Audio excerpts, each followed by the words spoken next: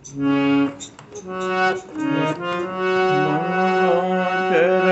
सरोज गुर मुझ मंगल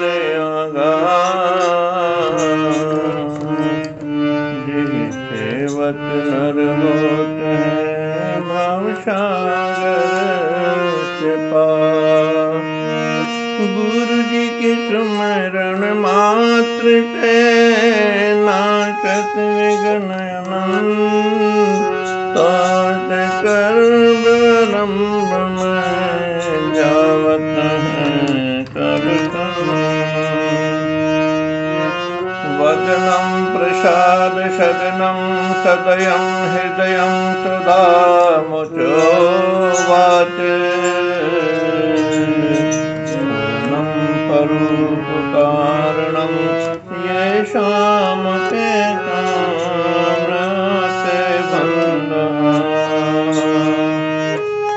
अखंड मंडलाकारं ये व्याप्तं येन चराचरं येन तत्पदं दर्शितं येन तस्मै श्रीगुरुवे नमः। हमसे अधम गर तारे न जाएंगे तो आप दीन बंधु कहे न जाएंगे। पृथ्वी का भार आपने उतारा है सवार। क्या मेरे ये पाप भी उतारे न जाएंगे कि जो बिक चुके हैं और खरीदा है आपने वो गुलाम अब गैर के दर पर कभी न जाएंगे। कि जब तक न चरण निहारूं आपके ये मन संतोष न पाएगा। दृग बिंदु से जब तक पखारे न जाएंगे।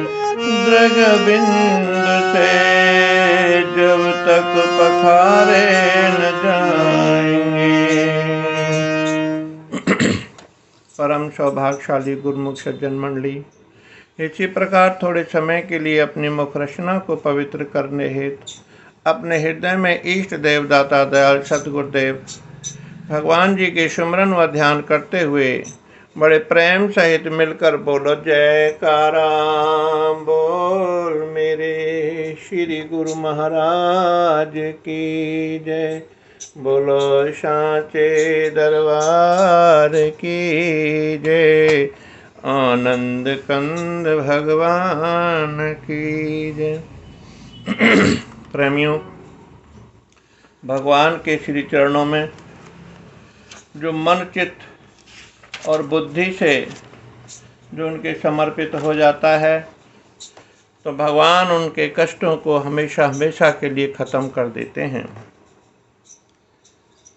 और जो भगवान की शरण में नहीं आता तो वो अपने जीवन को निरर्थक और बेकार बना लेता है। क्योंकि ये जो मनुष्य तन मिला हुआ है ये बड़ी परमपिता परमात्मा की अनुकंपा से मिला हुआ है, ऐसे नहीं मिला हुआ। ये देवता लोग भी इस तन के लिए तरसते हैं। क्यों तरसते हैं? कि महापुरुषों के सानिध्य में जो सुख मिलता है, जो उनकी कथाएं सुनने को मिलती हैं, जो आनंद का अनुभव होता है, वो देवताओं को वहाँ स्वर्ग में नहीं मिलता। उनको हर तरह की वहाँ सुख सुविधा हैं, खुशियाँ हैं, एक से एक मशहूर उनको खुशी मिलती है। लेकिन जो खुशी इस धराधाम पर महापुरुषों के सानिध्य में मिलती है वो और कहीं नहीं मिलती। जो भगवान की शरण में आ जाते हैं तो भगवान उससे पूरा राजपाट सौंप देते हैं उसको।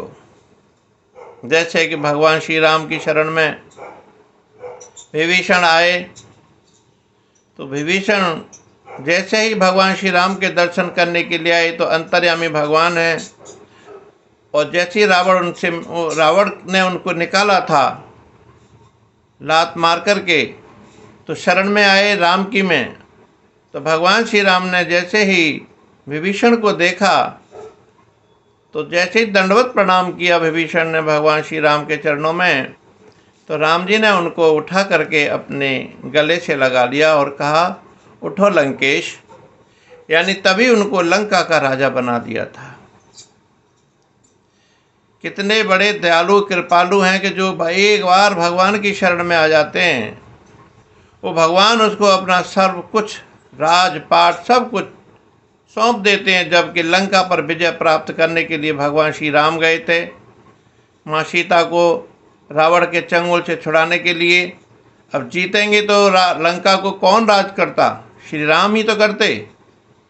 लेकिन भगवान श्री राम ने कहा, नहीं, उठो लंकेश।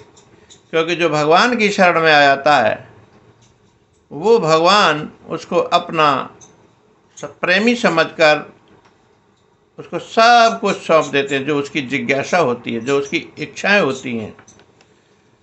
ये भगवान की भगवत्ता का ही गुण है, बखान है उनका। प्रेमियों, रावण नहीं माना था, हालांकि रावण अमर था, क्योंकि रावण ने इतनी देवी देवताओं की, सभी 33 करोड़ देवताओं की उसने पूजा करी थी, लेकिन फिर भी उसको अमृत मिला हुआ था पीने के लिए।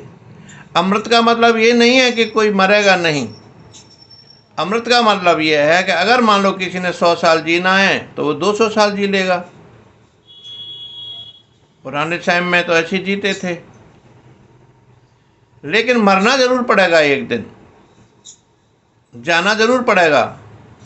यहाँ कोई अमर वो हो सकता है जो महापुरुषों के श्री चरणों में, जो उनके कथा का, उनके सत्संग का रसास्वादन करेगा, उस रस में जितना विभोर हो जाएगा, डूब जाएगा, वो अमरता मिलती है उसको। क्योंकि उसके साथ हर वक्त परमपिता परमात्मा अपनी दया, दृष्टि, कृपा करके उदारता रखते हैं हमेशा, और उसको महसूस होता है कि मेरे भगवान मेरे साथ हैं। जैसे कि आज हम सब लोग गुरुमुख सतगुरुदेव भगवान की शरण में रहते हैं, तो जैसे ही उनके दर्शन पाते हैं तो हमको वही अमरता प्राप्त होती है। अमरता का मतलब ये नहीं कि जाना नहीं है, मरना नहीं है, नहीं। अमरता का मतलब वो सुख, सानिध्य प्राप्त होता है सतगुरुदेव भगवान का, जिनकी शरण में रह करके वो सुख प्राप्त होता है। और वो सुख कौन सा है? वो सुख है कि जो हम संसार के अपने जीवन के गम को भूल जाते हैं, दुखों को भूल जाते हैं, और महापुरुषों की सेवा में रहते हुए, उनके नाम का सुमिरन करते हुए हम इस जीवन को धन्य बना लेते हैं। इसीलिए भगवान सतगुरुदेव के श्री चरणों में रह करके उनका हमेशा हमेशा हम शुक्रिया अदा करते रहें। ऐ मेरे दाता, तेरी बहुत बड़ी रहनुमाई है हमारे ऊपर कि हमारे जैसे जीवों को तूने अपनी शरण में रख लिया है। प्रेमियों, रावण को उनकी पत्नी मंदोदरी ने बहुत समझाया, उनके मामा ने बहुत समझाया, और भी लोगों ने समझाया, विभीषण ने समझाया, भैया रावण, आप भगवान श्री राम से बैर मत बांधो, ये आम आदमी नहीं है, त्रिलोकी के कुल मालिक हैं, इनसे आपने बैर बांधा है। तो जो कोई भी उनको समझाता था, उसी के ऊपर रावण जो है बहुत क्रोधित होकर के डांटता था। यहाँ तक कि उनकी पत्नी मंदोदरी ने भी बहुत समझाया, महाराज ये आप अनर्थ कर रहे हैं, अन्याय कर रहे हैं, जो कि आप किसी दूसरे की पत्नी को अपनी घर में ला करके आपने बंधक बना लिया है। और मंदोदरी की उन्होंने एक बात भी नहीं मानी थी रावण ने। यहाँ तक कि उसके जब युद्ध भगवान श्री राम से हुआ तो सारा ही परिवार खत्म होती चला गया। मंदोदरी ने बहुत प्रार्थना करी, हे पतिदेव, मेरा कुल खत्म हो रहा है, मेरे पुत्र खत्म हो रहे हैं, मेरे पुत्रों की बहुएं खत्म हो रही हैं, मेरे नाती पोते सब खत्म हो रहे हैं। आप ऐसा अनर्थ काम क्यों कर रहे हो? अभी भी कुछ समय बचा है ताकि आप भगवान श्री राम से शरण में जाकर के उसे क्षमा याचना कर लें। रावण ने डांट लगाई, मंदोदरी तू हमको जानती नहीं हो तुम? अरे 33 करोड़ देवता हमारे वश में हैं, वो राम क्या है, वो कुछ नहीं कर सकता हमारा। अब भगवान कहते हैं कि मेरा नाम कोई कैसे भी ले जाए, क्रोध में ले, चाहे गुस्से में ले जाए, प्यार से ले, चाहे आराम से ले, चाहे भक्ति से ले, चाहे एकाग्रचित होकर के मन चित्त ध्यान से ले, तो वो फिर भी मेरे बैकुंठ लोक को ही प्राप्त होता है। और इसी प्रकार से रावण फिर भी बार बार राम के नाम का लेता था, तो श्री राम फिर भी कहते थे कि चल कोई बात नहीं, फिर भी मेरा नाम जप रहा है, क्योंकि भगवान के नाम का जो सुमिरन करता है वो भगवान की शरण में जाता है। रावण का पुत्र थे इंद्रजीत, जिसने इंद्र को भी जीत लिया था, इसलिए उसका नाम इंद्रजीत रखा हुआ था। वैसे तो उसका नाम मेघनाथ था, क्योंकि वो बादलों की तरह गरजता था, इसलिए मेघनाथ कहते थे। बहुत बड़ा परम शक्तिशाली था। लक्ष्मण को भी उसने मूर्छित कर दिया था। इतना युद्ध में महाराज लक्ष्मण को भी हरा दिया था, जिस लक्ष्मण के वियोग में भगवान श्री राम बहुत विलाप कर रहे थे कि भैया लक्ष्मण, अब तुम चले गए, अब मेरा क्या होगा, और मैं क्या माता सुमित्रा को मुंह दिखाऊंगा किस तरह से कि मैं भैया लक्ष्मण मेरी सेवा में आए थे और मैं आज उनको मृत्यु में प्राप्त हो गए। त्रिलोकी के नाथ मालिक सब कुछ जानन हारे फिर भी लीलाएं रच रहे थे। उनके सामने मृत्यु भी तो हाथ जोड़े खड़ी रहती है। सूरज चांद जितनी भी दुनिया की ताकत हैं, उनके बिना इशारे के नहीं चल सकते प्रेमियों। इंद्रजीत मेघनाथ की पत्नी थी सुलोचना। सुलोचना ने भी बहुत अपने ससुर रावण की चरणों में प्रार्थना की, पिताश्री मेरे पति को आप युद्ध में ना भेजें, वो श्री राम की शरण में जाओ और जाकर के उनसे माफ़ी मांग लो। कहीं ऐसा न हो कि अनर्थ हो जाए, मेरे पिताजी भी चले, मेरे पति की भी मृत्यु हो जाए। रावण ने डांटा, पुत्री ऐसे अपशब्द क्यों बोल रही हो तुम? ये कामना करो कि तुम्हारे पति युद्ध में जीत करके आएं और उनकी आरती करो, पूजा करो, तिलक लगाओ उनके। उन्होंने कहा, हे पिताश्री मैं कामना तो यही है, लेकिन राम के सामने किसी की भी नहीं चलेगी। और आखिर क्या हुआ कि जब भगवान श्री राम ने मेघनाथ का वध कर दिया था, तो उसके बाद में मेघनाथ का जो सर कट करके की पत्नी के गोद में आकर के गिरा था, और सुलोचना विलाप करती हुई रोती हुई कहने लगी, पिताश्री ये लो, आपके युद्ध का फल आ गया कि आज मैं विधवा हो गई, मेरा सब कुछ लुट गया। और विलाप करते करते बेहोश हो गई सुलोचना, जो कि अपने पति के साथ ही सती हो गई थी। पहले सती हुआ करती थी, जो पति की चिता में खुद ही भस्म हो जाती थीं, वो पतिव्रता स्त्रियां होती थीं। आखिरकार चिता बनाई गई और सुलोचना विलाप करती करती बेहोश हो गई। सभी परिवार की दासियां, रानियां, माता सब समझा रही थीं, बेटा धीरज रख, शांति रख बेटा, हिम्मत रखो। उसने कहा, माँ मैं कैसे हिम्मत रखूं? हे बहनाओं मैं कैसे हिम्मत रखूं? अभी तो मेरी छोटी सी उम्र है, कौन सी, अभी तो मेरे दूध वाले दांत भी नहीं टूटे, और मेरा पति युद्ध में मारा गया। मैंने रावण पिताश्री को बहुत कुछ विनती करी थी कि पिताजी आप युद्ध ना करें, युद्ध ना करें। मेरा तो सारा जीवन बिगड़ गया, मेरा तो सारा ही खेल बिगड़ गया। अब मैं अपने बिना पति के कैसे रह सकती हूँ? मेरा जीना बेकार है, मैं नहीं रह पाऊँगी बिना मेघनाथ के। और विलाप करती करती रोते रोते कहने लगी,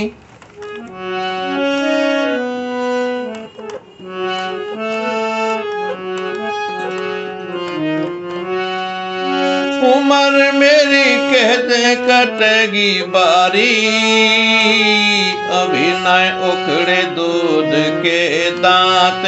उम्र मेरी कहते कटेगी बारी, नए उखड़े दूध के दांत।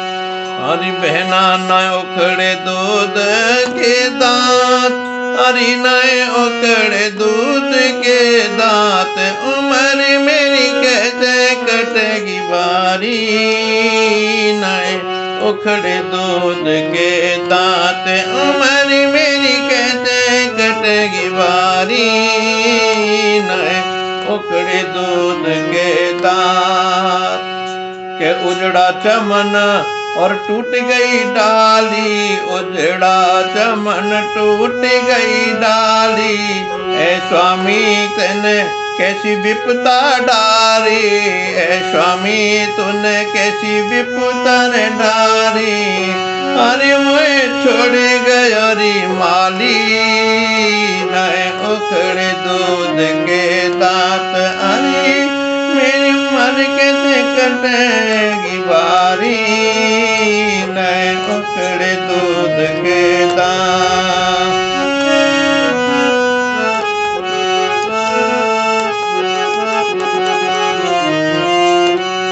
रोती रोती विलाप कर रही थी, मेरी छोटी सी उम्र है। जिस बाग का माल ही नहीं रहता, उस बाग को कौन रखाएगा, कौन उसकी संभाल करेगा? कौन है मेरे को देखने करने वाला? जिसका पति नहीं है, जिसका रखवाला नहीं है, आज मैं किसके ऊपर अपने जीवन को काटूंगी? और माली होता तो बाग लगाता, बिना माली के बाग सूख जाता है, उजड़ जाता है। जब माली होता है तो उस बाग की सारी देख रेख करता है। इसीलिए सुलोचना कहती है कि अगर आज मेरा पति होता, कि माली होता तो बाग लगाता, रोश रोश पे कुआं खुदवाता।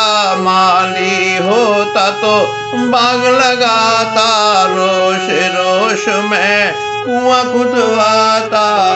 चार घड़ी मेरा दिल बहलाता, चार घड़ी मेरा दिल बहलाता। अरे छोड़ गयो माली, नए उखड़े दूध के दांत। उम्र मेरी कैसे कटेगी बारी, नए उखड़े दूध के दांत। उम्र मेरी कैसे कटेगी बारी, नए उखड़े दूध के दांत। रो रो के विलाप कर रही थी, जमीन में पत्थर सिर मार रही थी, पत्थर में सिर मार रही थी, हाथों को तोड़े जा रही थी और कह रही थी मेरी छोटी सी उम्र है, कैसे कटेगी माँ? ऐ मेरी बहनाओं, मैं नहीं रह सकती। मेरा माली चला गया तो अब मेरा रहना ही व्यर्थ है, बेकार है। और आम पके महुआ गजराए, आम पके महुआ गजराए। कच्चे नीबुआ रस भर आए, कच्चे नीबुआ रस भर आए। और जब ही अनार सुरखन पे आए, हाँ जब ही अनार सुरखन पे आए, सुरखन पे आए। और तब टूट गई रे डाली, नए उखड़े दूध के दांत। उम्र मेरी कहते कटेगी बारी, नए उखड़े दूध के दांत। उम्र मेरी कहते कटेगी बारी, नए उखड़े दूध के दांत। और मैंने पिताश्री को बहुत विनती करी थी, ये नहीं माने। एक तो मैं अपने पीहर की बहुत सताई हुई मारी हूँ, मेरा पीहर में है कौन? यहाँ आई तो मेरे को यहाँ भी दुखों ने घेर लिया, एक नहीं सुनी मेरी इन्होंने। कि एक तो थी पीहर की मारी, एक तो थी मैं पीहर की मारी। दूजे विपत राम ने डारी, दूजे विपत राम ने डारी। तीजे पति लक्ष्मण ने मारा, और तीजे पति लक्ष्मण ने मारा। मेरी चौथी गोद खाली, नए उखड़े दूध के दांत। उम्र मेरी कैसे कटेगी बारी, नए उखड़े दूध के दांत, उम्र मेरी कैसे कटेगी बारी, नए उखड़े दूध के दांत। सलोचना कहने लगी, एक तो मैं अपने पीहर की सताई हुई हूँ, परिवार में मेरे को कोई खुशी नहीं मिली, दूसरा भगवान श्री राम ने मेरे पे ऐसी विपत्ति डाल दी कि मेरे पति को छीन लिया, तीसरा लक्ष्मण ने मेरे पति का हनन कर लिया, ख़त्म कर दिया, और चौथा दुख मेरे क्या था कि मेरी गोद भी खाली रह गई, मेरे पास आज कोई बच्चा भी नहीं हो पाया। अगर मेरा कोई बच्चा भी होता तो मैं उसके सहारे अपने जीवन को काट लेती, मेरी तो गोद भी खाली रहेगी, क्योंकि हर माता बहनों को अपनी गोदें भरी हुई अच्छी लगती हैं। इसीलिए सलोचना यही विलाप कर रही थी कि अब मेरा जीवन कटेगा तो कैसे कटेगा, अब मैं नहीं रह सकती। सब समझा रही थी, सखियां भी, सहेलियां भी, माताएं बहनें, परिवार में पूरे राजधानी के सब लोग लेडीजें समझा रही थी, लेकिन वो बेचारी कहाँ समझ पाती। दुखी इतना भयंकर हो रहा था। रावण ने एक नहीं मानी थी उसकी विनती। सलोचना ने नहीं बहुत कहा, मंदोदरी ने बहुत कहा कि आप युद्ध मत करो, युद्ध मत करो, हमारा सारा वंश खत्म होने वाला है, लेकिन सबको डांट देता था। और अब लंका में नहीं मुझे रहना, अब लंका में नहीं मुझे रहना, कहने लगी अब लंका में मैं क्या करूँगी रह के, ये रावण ससुर ही मेरे रह लेंगे, इनके लिए यही सोने की लंका मुबारक हो, मेरा तो पति चला गया, अब मैं सती हो जाऊंगी चाहे कुछ भी हो जाएगी। अब लंका में नहीं मुझे रहना, मत समझाओ मुझको मेरी बहना, अब लंका में नहीं मुझको रहना, मत समझाओ मुझको मेरी बहना, इन महलों में तुम ही रहना, इन महलों में तुम ही रहना, मैं तो स्वर्ग लोक जारी, नए उखड़े दूध के दांत, उम्र मेरी कैसे कटेगी बारी, नए उखड़े दूध के दांत, उम्र मेरी कैसे कटेगी बारी, नए उखड़े दूध के दांत। यही विलाप करती करती सलोचना और अपने पति के साथ ही सती हो गई, जिसका कि आज भी नाम मशहूर है कि सती सलोचना। प्रेमियों, भाव कहने का ये है कि अगर हमने संसारियों से भी हमने अगर जिद करते युद्ध किया, लड़ाई की, झगड़ा किया, तो हमें क्या मिलता है? कुछ भी नहीं मिलता। महापुरुष हमको दिन रात यही समझाते हैं। रावण ने तो भगवान श्री राम से, स्वयं त्रिलोकीनाथ थे, उनसे बैर बांध लिया था। काश अगर रावण भी भगवान श्री राम की शरण में चला जाता तो आज उसका परिवार भी खत्म नहीं होता, लेकिन उसने युद्ध किया। भगवान श्री राम ने तो कई बार उसको ये हिदायत दी, कई बार संदेशा भेजा कि रावण अगर हमारे पास एक बार भी आ जाता है तो ये हमारा विरध है कि हम अपने दुश्मन को भी गले लगा लेते हैं और उसको हम माफ़ कर देते हैं, क्षमा कर देते हैं। प्रेमियों, ये भगवान श्री राम की बहुत बड़ी भगवत्ता होती है, बहुत बड़ी कृपा होती है कि जो एक बार भी शरण में चला जाता है उनकी में, तो वो कभी भी अधम जाति में नहीं जाता, अधम कर्म नहीं करता, वो स्वयं भगवान के चरणों में रह करके बैकुंठ धाम में जाता है।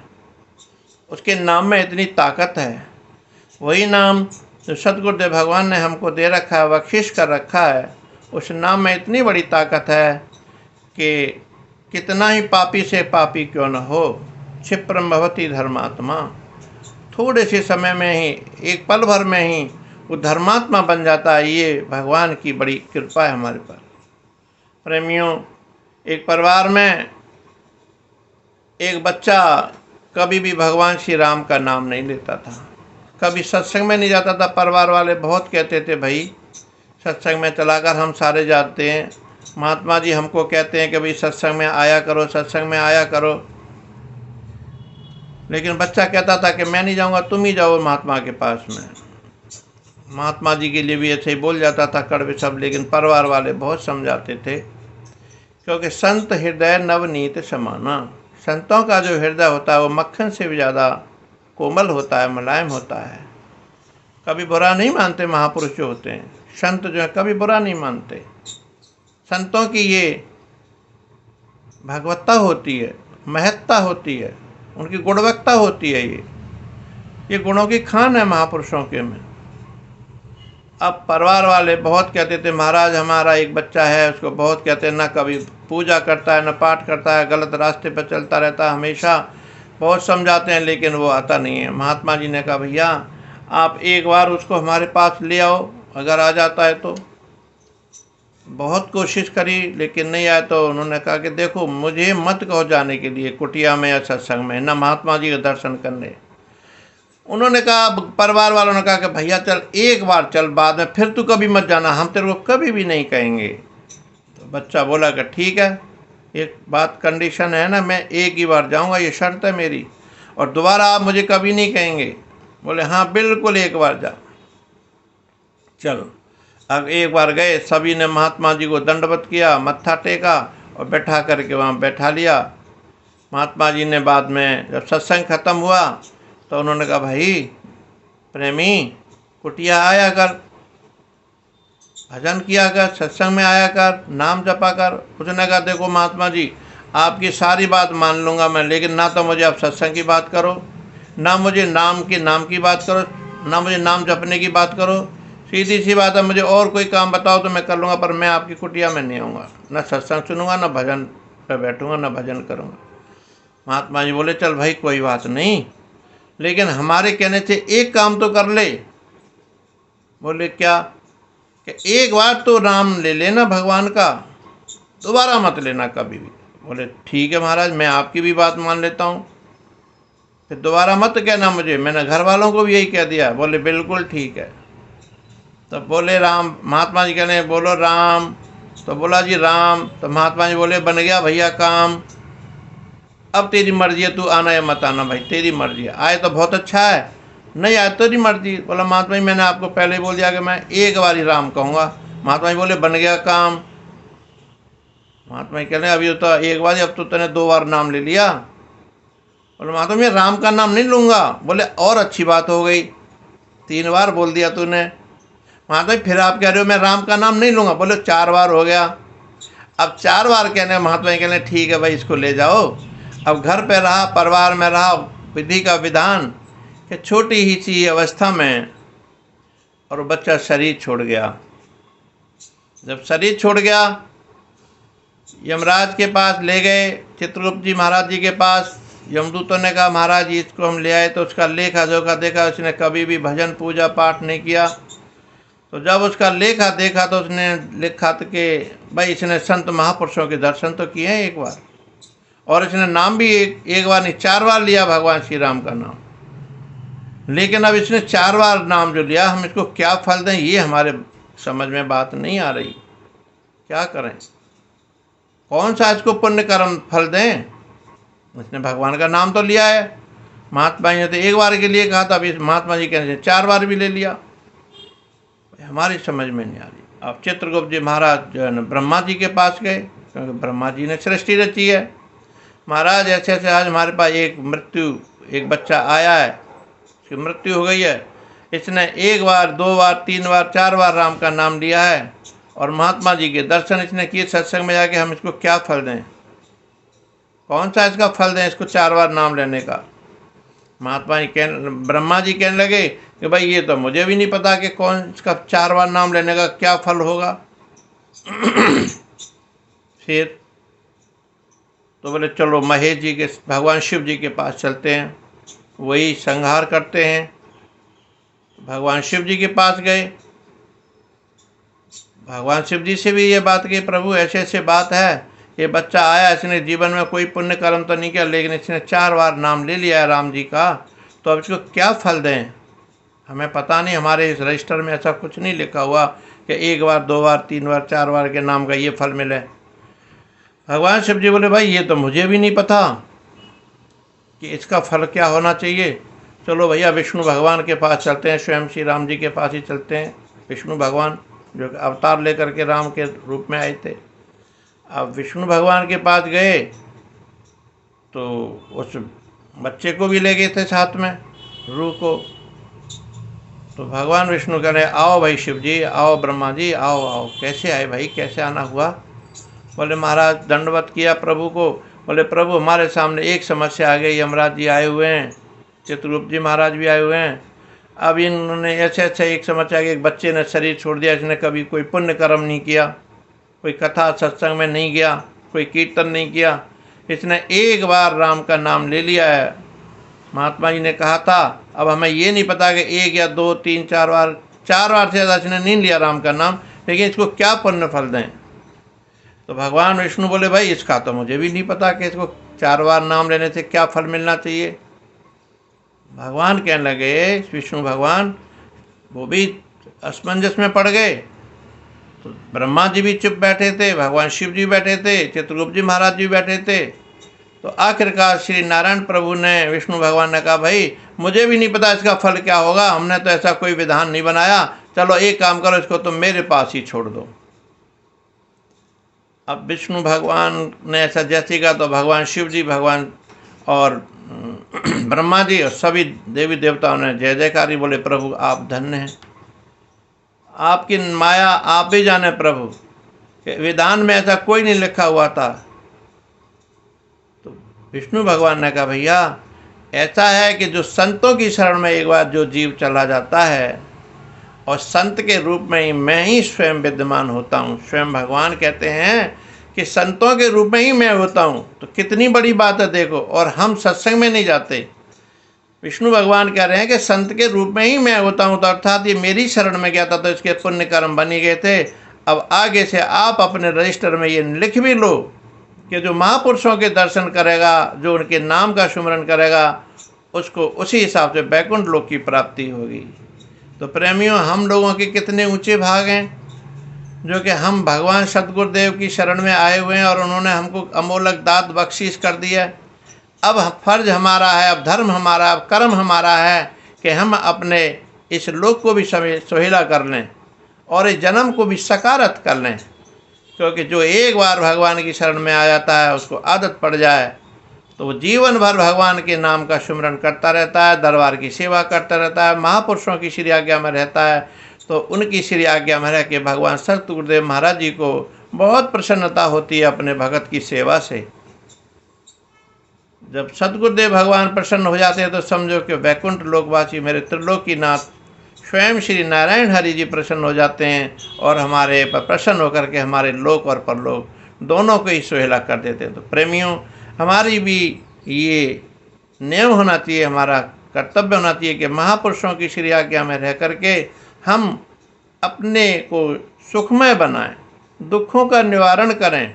दुखों का निवारण तभी होगा जबकि श्री गुरु माई ने वचन फरमाए हैं कि 2 घंटे का भजन अवश्य करना चाहिए।